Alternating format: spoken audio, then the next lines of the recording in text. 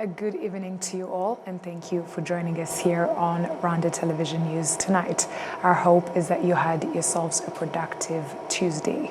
Now here's a sneak peek of our edition. Oman's Salam Air first flight from Muscat has arrived in Kigali on Tuesday, marking the start of direct flights between Oman and Rwanda. The Ministry of Health has launched an artificial intelligence-powered telemedicine system aimed at reducing maternal and newborn deaths while improving the delivery of healthcare services. On the international scale, President Donald Trump has said Iran wants to meet desperately, but that he has no interest in it until it is done in a meaningful way.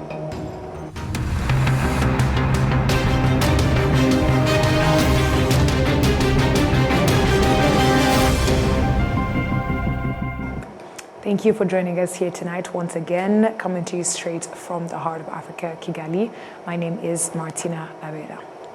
Now on Tuesday afternoon at Village Urugwiro, President Paul Kagame received Belén Calvo Uyara, the outgoing European Union ambassador to Rwanda, for a farewell meeting as she concludes her tour of duty. They discussed the long-standing partnership between Rwanda and the European Union and the progress made in advancing cooperation across key areas, including vaccine manufacturing, peace support efforts, critical raw minerals partnership, infrastructure development, investment, education, and environment. Oman's Salam Air first flight from Muscat has arrived in Kigali on Tuesday, marking the start of direct flights between Oman and Rwanda. Rwandans and Omanese affirm that this is an opportunity to expand the trade between the two countries. Prince Manzi with more. Tuesday noontime, a Salam Air plane with over 170 passengers from Muscat has arrived at the Kigali International Airport, marking the start of direct flights between Oman and Rwanda. Salam Air will operate twice weekly flights between Kigali and Muscat, with services every Tuesday and Thursday. We had around 170 people on board. And they were like people who have came before, people who came for the first time, and they are excited.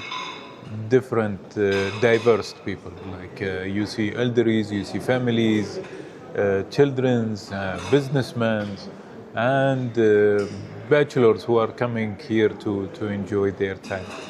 Well, there is a lot of business trades happens in the past, and now this what will bring it back.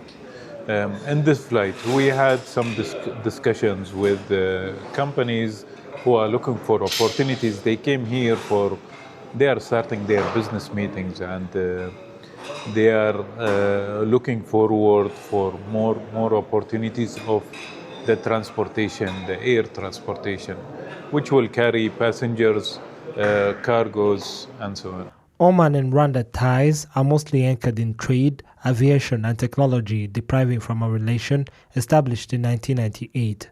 Having a direct flight from Oman to Rwanda is a dream come true, according to the Honorary Council of Rwanda to Oman, Mr. Ahmud bin Khalfan Abu Said. Ibi je kubwanje ni kimwe na dream come true. Kuko nabikurikiranye imyaka ndi consul wa Oman wa Rwanda muri Oman imyaka 30. This is more like a dream come true. I've been Rwanda's consul to Oman for 30 years. I've been Rwanda's honorary consul to Oman for 30 years. I've been following it up, and I'm glad that it has been realized. Having this flight, we have someone taking breakfast in Rwanda and reach in Oman at lunchtime. Bizaba umuntu aturuka hano yafashe breakfast hano Kigali akagera Oman akafata lunch yari. The Minister of State in the Ministry of Infrastructure, Colonel Claudie Bizimungu, calls on Rwandans to benefit from this opportunity. ngira ngo ni ikimenyetso kigaragaza umubano uri hagati y'u Rwanda na Oman. This is a sign of the good relations between Rwanda and Oman. Having this direct flight will be beneficial for Rwandans and Omanis. Rwanda wants to be a hub of tourism and investment, and we have a lot to offer in various sectors. Rwandans are to be free and understand that their country is safe, and this is evident through having Oman investing this in our country. We have to now explore on how to expand our exports through this flight, and I believe they can be greater than the imports.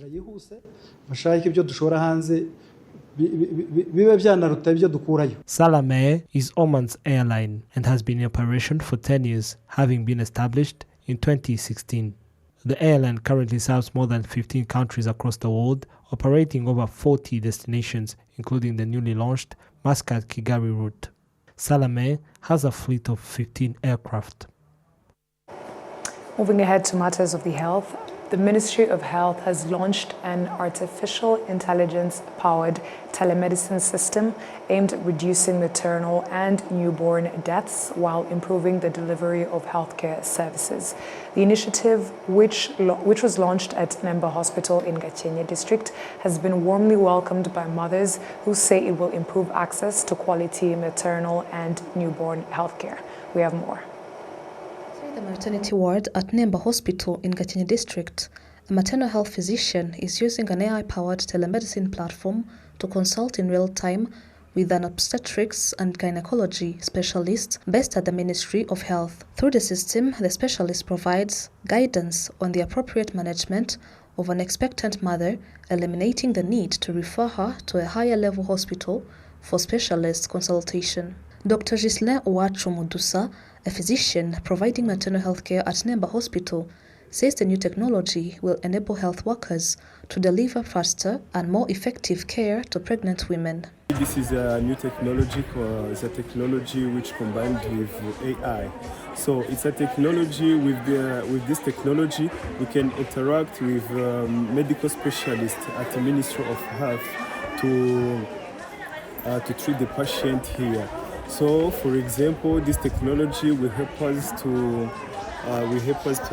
reduce the maternal infant death, and it will use the transfer we did from district hospital to the teaching hospital. So, as the doctors, it will help us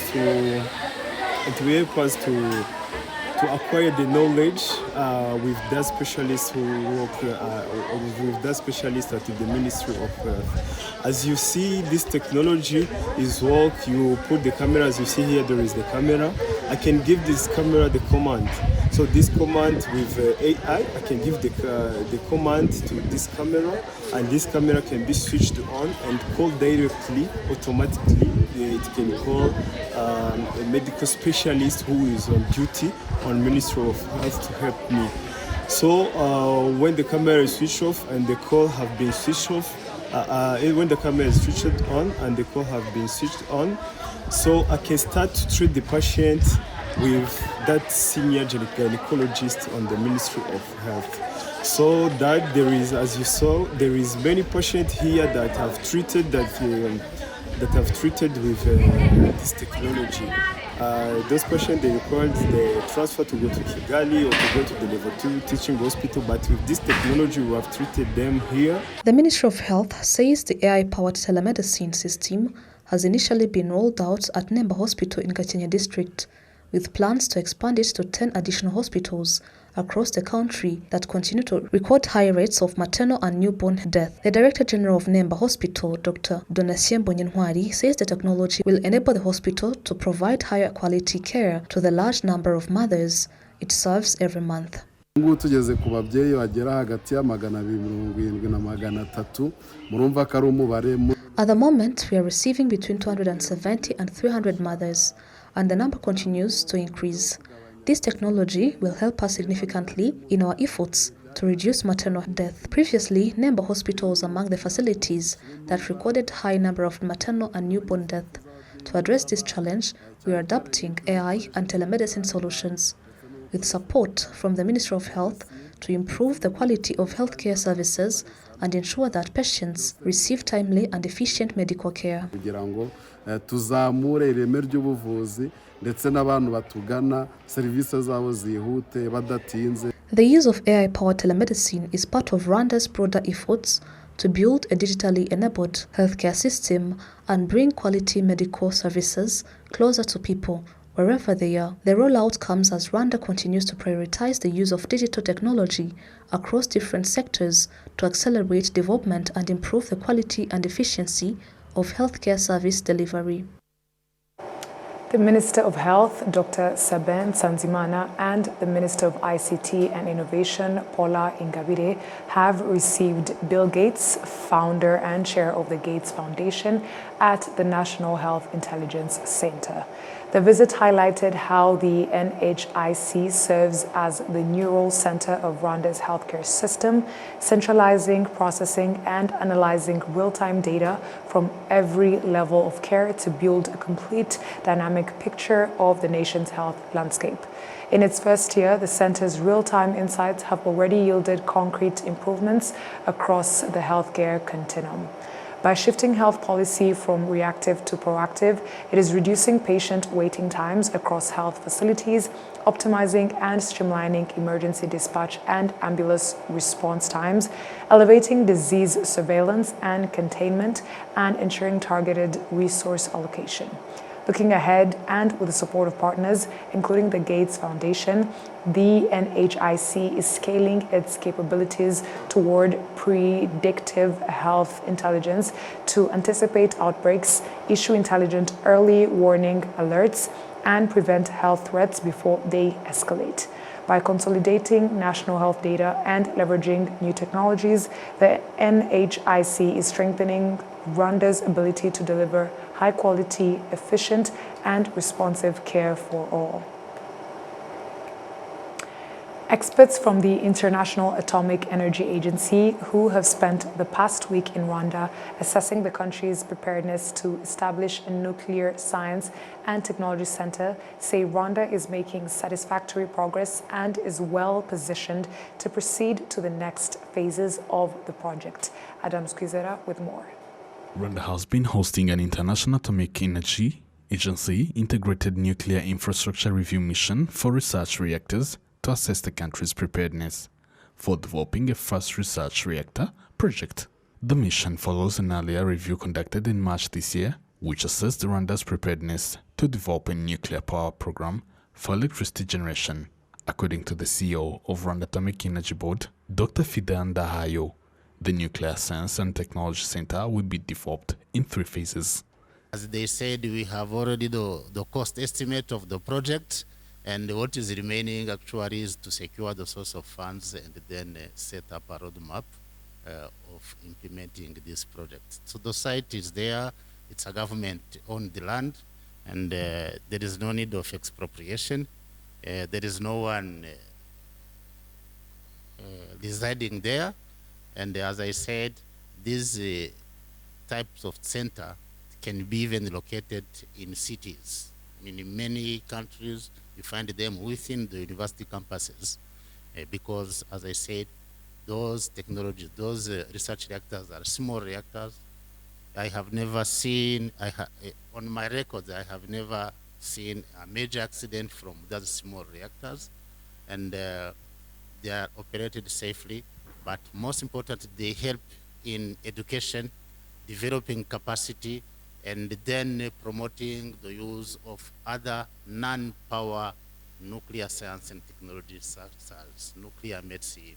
According to the project's roadmap, the center is expected to become Rwanda's hub for nuclear science research and applications in sectors including healthcare, electricity, industry, and others. Develop industries, but also other non-energy applications also will be developed, such as nuclear medicine. Everyone actually now is aware that without nuclear medicine, you cannot actually treat these non-communicable diseases such as cancers. And as we develop, as our mode of life keep changing, these non-communicable diseases will actually be more visible in our lives, and we need to be prepared to this situation. So there are many applications of nuclear science and technology in agriculture to improve the soil use, the use of fertilizers, irrigation water, things So, and even to treat the agricultural produce. The Deputy Director General of the International Atomic Energy Agency, Mikhail Shudakov, said Rwanda is making steady progress in its journey to establish a nuclear facility dedicated to peaceful applications of nuclear technology. He also outlined the key requirements that countries must meet before embarking on the construction of a nuclear facility. That should be commitment of the government, commitment of the country, and also just a good prepared staff. In all events that happens at the nuclear power plants, the situation can be changed or mitigated highly by that very qualified operations staff. This is also one of the main requests for the nuclear power plant.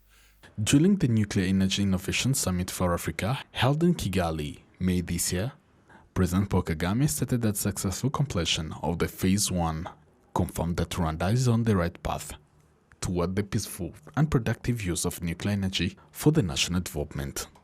Rwanda is pleased to have successfully completed the IAEA's Phase 1 Integrated Nuclear Infrastructure Review. We intend to have nuclear energy operational by the early 2030s. And this assessment confirms that we are on track.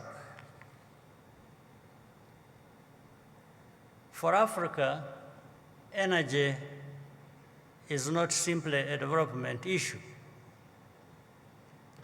It is the foundation of industrial growth and competitiveness. The Center for Nuclear Science and Technology is expected to be constructed in Gashora, Bugesera district, at an estimated cost of more than $500. Adam Squizera, RwandaTV News. The MasterCard Foundation has ranked the University of Rwanda among 5 African universities that have made outstanding contributions to advancing higher education across the continent. We have more. The MasterCard Foundation has ranked the University of Rwanda among 5 African universities that have made outstanding contributions to advancing higher education across the continent. The University of Rwanda received special recognition for its contribution to the health sector, including training more than 26,000 healthcare professionals, implementing community outreach programs that have brought healthcare services to more than 50,000 people, and emerging as a regional leader in digital health, vaccinology, biomedical engineering, and health systems innovation.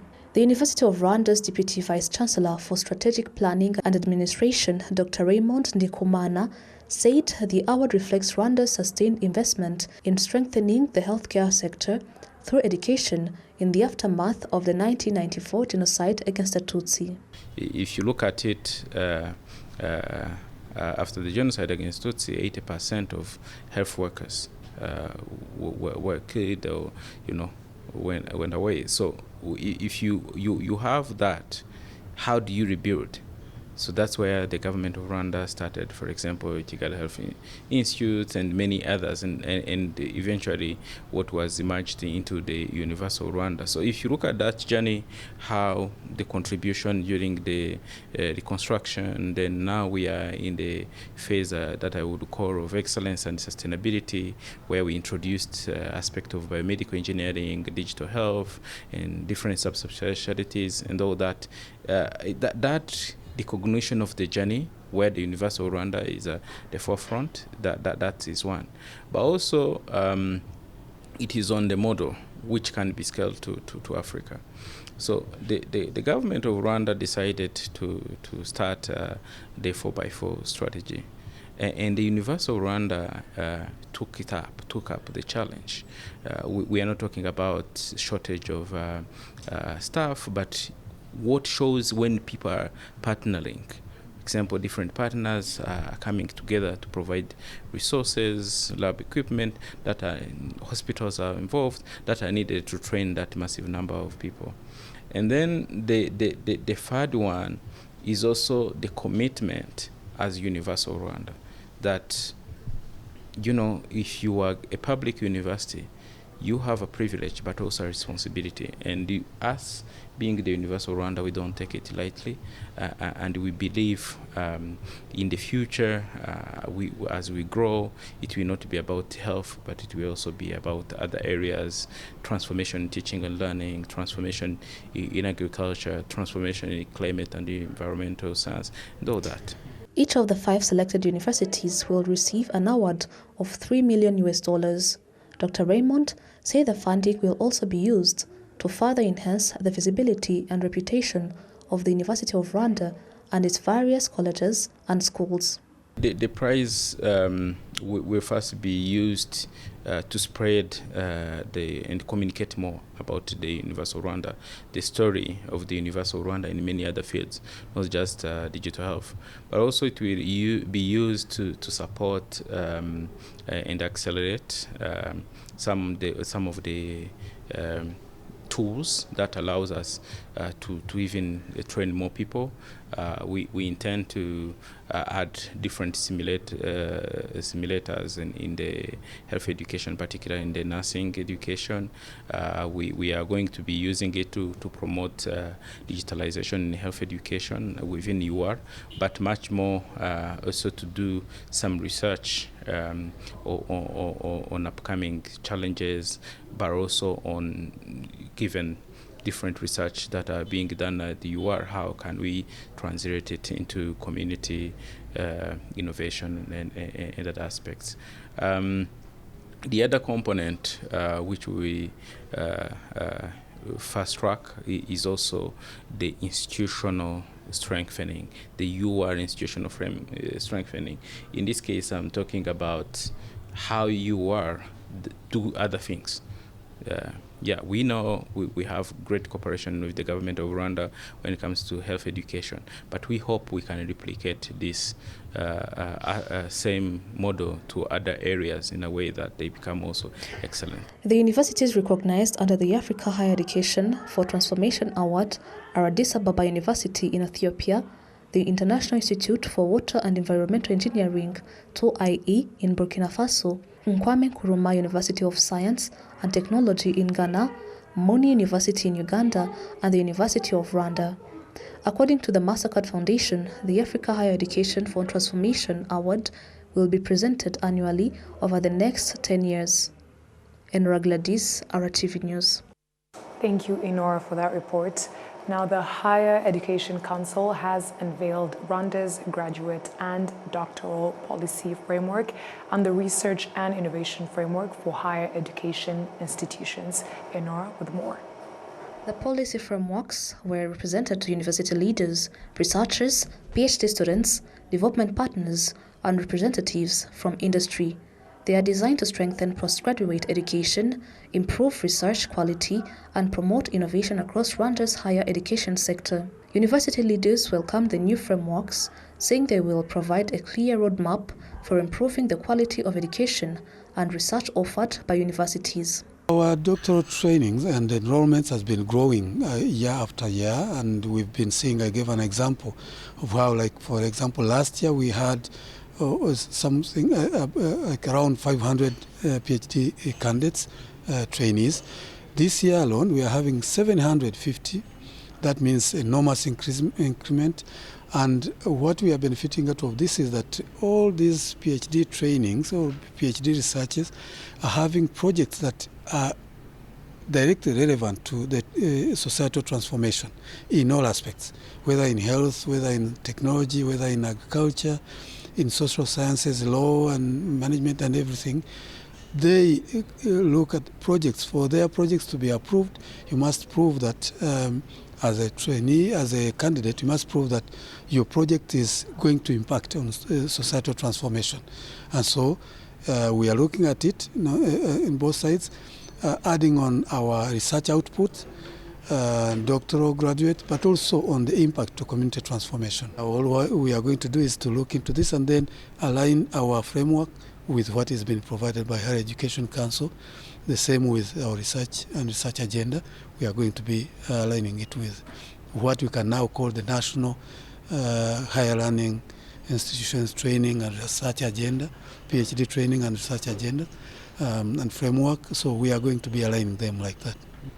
All these PhD programs are coming to help us produce our own doctorate, so that when we need teachers in our master's program or in undergraduate programs, we have teachers.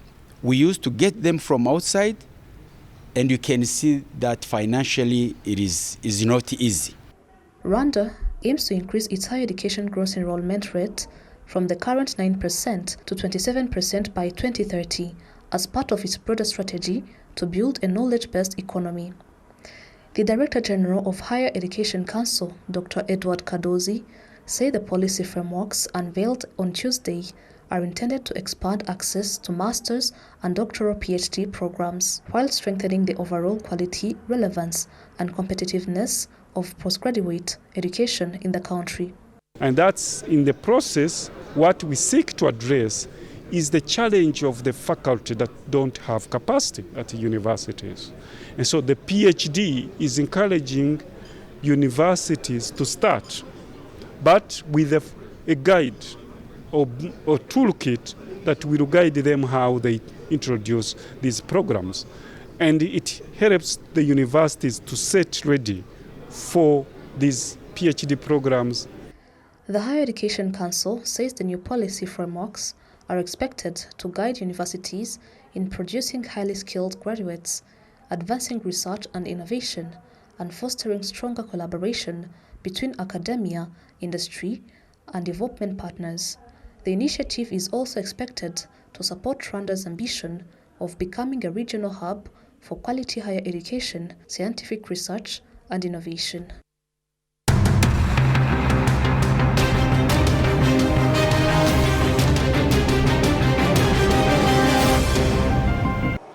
On that note, we have come to the end of tonight's English News Bulletin. On behalf of the news production team and the technical team, thank you for sticking with us here tonight. My name is Martina Avera. Until next time, stay safe and have a good night.